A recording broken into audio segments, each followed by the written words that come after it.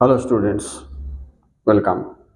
एबे आमे विभिन्न सब्जेक्ट रो लॉन्ग क्वेश्चन किभली लिखिबा लिखिले 100 to 100% मार्क हमको मिलिबो ए विषय रे टिके डिस्कशन करिबा। अच्छा, जो पिला माने चैनल को नुआ आसो चैनल टी सब्सक्राइब करनियो। तापर मु तुमको एक्सप्लेन करबा को जाउची how to write a long question.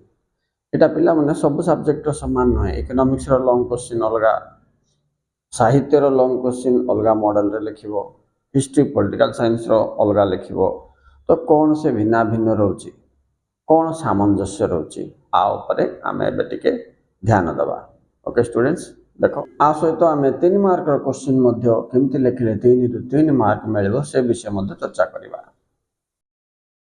देखो एमआईएल ओडिया रे प्रथमे तुम माने कौन करिवो, उपक्रम लिखिबो। उपक्रम रे पॉइंट कवरेज दबो। 1 कवि परिचय विषय, 2 कविंकर अन्यान्य लेखन विषय, कवि हो कि लेखक हो। 3 उक्त गद्यांश कि पद्य हो केउठो आनित, तापर तांकर लेखनी शैली। एतिक लिखिला परे जो पाठ पढ़िथिबो तार टिके मेन की स्टोरी कोन बोलवाटा गुट लाइन रे 2 लाइन रे छिडेबो। तापर तुम कौन करिवो, एठी पैराग्राफ ऑर्डर रे लिखिबो। एठी तो पॉइंट्स आसीबनी पिला माने, तो एठी तुम कौन करिवो 3टा कि 4टा जहाँ पैराग्राफ कंटेंट करछि से पैराग्राफ हिसाब रे लिखिला परे लास्ट को उपसंहार एथिरु तुम कौन सिखिलो किंबा कौन जानिलो किंबा लेखक किंबा कविर मेसेज कौन थिला बोलिवा जिंस को उपसंहार रे तुम लिखिबो। ये थिला तुमरो साहित्यर पैटर्न लिखिबार। किंतु हिस्ट्री पॉलिटिकल साइंस रे अलगा हबो। हिस्ट्री पॉलिटिकल साइंस रे तुम सेम उपक्रम लिख। उपक्रम लिखला पर लास्ट को तो उपसंहार लिखिबो। तो उपक्रम रे जेतेबेले कोनोसी विषय ऊपर तुम लिखुचो एठी तुम केमति करबो, हिस्ट्री पॉलिटिकल साइंस इकोनॉमिक्स ए तीनटा रे पिला माने तुम जेतेबेले लिखुचो लॉन्ग क्वेश्चन तार कोन देखिबा आमे साइज, स्टाइल आ कंटेंट। साइज 1.5 पेज रु 2 पेज भितरे हेले यथेष्ट पिला माने जोटा तुम करबो आंसर। अच्छा, नेक्स्ट स्टाइल बोले कोटा पैराग्राफ रे लिखिबो कि कोटा पॉइंट रे लिखिबो सेटा क्वेश्चन ऊपर निर्भर करे। केतरा क्वेश्चन तुम पैराग्राफ लिखिबा छी, केतरा क्वेश्चन तुम पॉइंट वाइज लिखिबा छी। तनु करी पॉइंट एंड पैराग्राफ हैला तुम स्टाइल। आ कंटेंट बोले विषय वस्तु को केमति तुमरो निज भाषा रे ओन भाषा रे टेस्ट पेपर भाषा बोई भाषा कॉपी न करके ताको सजे के लिखिबो। आ ताइरे केमति कि मुख्य विषय कोन किछि छडा हे नथबो, छाड दबो नै, सेही जिंस ऊपर ध्यान दबो। ओके,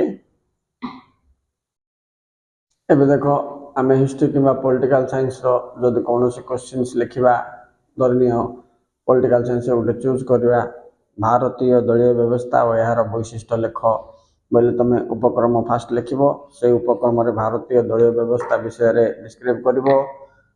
तापर शासक दल, विरोधी दल, जातीय दल, आंचलिक दल आ विषय टिके इनफॉरमेशन देला परे आम देशर दलीय व्यवस्थार वैशिष्ट्य बोल कि मेन हेडिंग देल। तो सब हेडिंग रे कौन कौन से वैशिष्ट्य सेटा आसो, जमिति कि तुमरो बहुदलीय व्यवस्था, मेंट सरकार, त्रुटिपूर्ण त्रुटिकरण राजनीति जहाँ जहाँ अच्छी, आंचलिक दलर गुरुत्व वृद्धि, अच्छा व्यक्ति केंद्रिक राजनीति, दल बदल, ये सब जाक तुम कौन कर ए बी सी डी कर पॉइंट करके प्रति पॉइंट रे एटलिस्ट 3-4 लाइन खंडे लिखा पड़ो।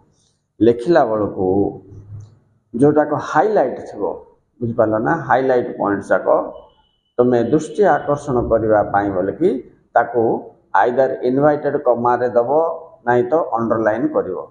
सो ए जिनसटा मन रखतो, कारण से गुडा को करेक्शन कला बेलू तांको आखि की करेक्शन कला आखि की फुटिकी दोस्तुआ जमीक खोजा पड़ो नहीं, जमीक कि व्यक्ति विशेष मुख्य ना डेट ना प्लेस जोटा जाक थी, डाटा डाटा माने कौन तथ्य तुम जोटा उपस्थापन करो से गुड़ा टी हाइलाइट कर दो।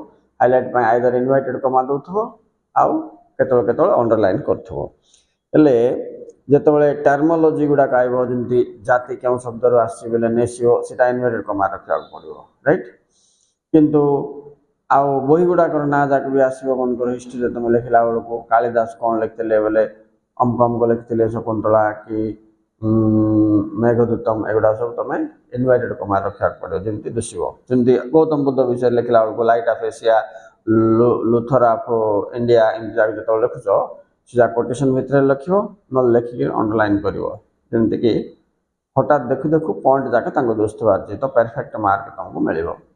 अच्छा से सब विषय डिस्क्राइब कलापर उपसंहार कौन शिखिल ये आम कौन जापारू बोलवा जिनस को सर्ट कर बेसी ना गोटे दुई कि दुईटा लाइन लिखिदेले पिला 2 अधे 3टा लाइन पॉलिटिकल साइंस हो इकोनॉमिक्स हो हिस्ट्री हो ए मेथड तुम अप्लाई कर होम साइंस सोशियोलॉजी सेम सेमती तुमको जीव ये 2 प्रकार क्वेश्चन आसे लॉन्ग रे सूत्र अलग अन्य क्वेश्चन अलग तो सूत्र देले तुम प्रथम उपक्रम लिखो तापर शर्त तापर सारणी तापर रेखाचित्र ग्राफ करिवो तापर व्यतिक्रम उपसंहार एटा compulsory for writing long question is law introduction then conditions ताके असम्पशंस कहिबे then table then graph then limitations लिखला पर कंक्लूजन लिखिवो law of diminishing marginal utility कि law of equi marginal utility कि लॉ ऑफ वेरिएबल प्रोपोर्शन ए कोटा भी आसिला हमकर क्रमः समान सीमांत उपयोगिता सूत्र नहीं कि समसीमांत उपयोगिता सूत्र जोटा भी आइले ए धारा लिख तुम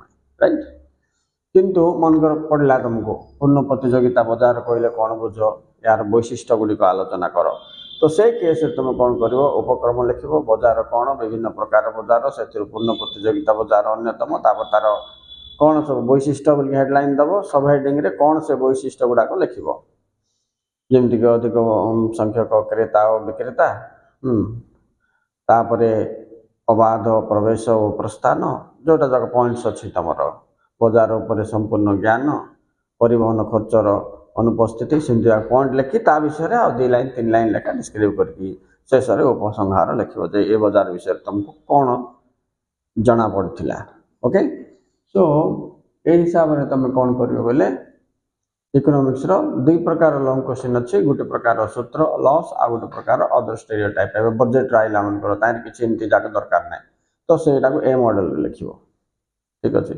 केवल सूत्र जाक आइला चाहिदा सूत्र जोगान सूत्र बोले ए मेंटेन करबा ए टाइप रे मेंटेन करबो तुम ओके स्टूडेंट्स अच्छा ठीक अछि अच्छा लॉन्ग राइट रो लॉन्ग क्वेश्चन राइटिंग रो फोकस पॉइंट ऊपर देखो तापरे 3 मार्किया केमते लिखबा ता पड़िबा तो 1 नंबर साइज 1.5 2 पेज भितर कंप्लीट करिवो 2 नंबर केतरा पॉइंट वाइज जोटा थिबो ता पॉइंट वाइज लिखिवो पैराग्राफ थिले पैराग्राफ वाइज लिखिवो 3 नंबर लिखला बेले मार्जिन ठीक से दबो लिखिबाटा नीट एंड क्लीन थिबा अछि ओवर राइटिंग कोटा कोटी किछि न करले भलो हाइलाइट गुडा को अंडरलाइन करबा अछि तापरे इन्वर्टेड कॉमा भितरे बहुत गुडे जिंस तुमको रखिबा पड़िबो जेंति दृष्टि आकर्षण करिवो लास्ट कंटेंट जतबले तुम विषय वस्तु विषय लिखुच से समय रे पर्सन को प्लेस रही को टाइम कौन इंसिडेंट बोलिवा जिनस ठीक वे रे प्रेजेंट करिवो एटा हिस्ट्री हो पॉलिटिकल साइंस हो इकोनॉमिक्स हो कि सोशियोलॉजी हो सब सब्जेक्ट रे तुम एतिक जिनस मेंटेन करिवो okay students thank you very much for watching next we will go to 3 marks writing.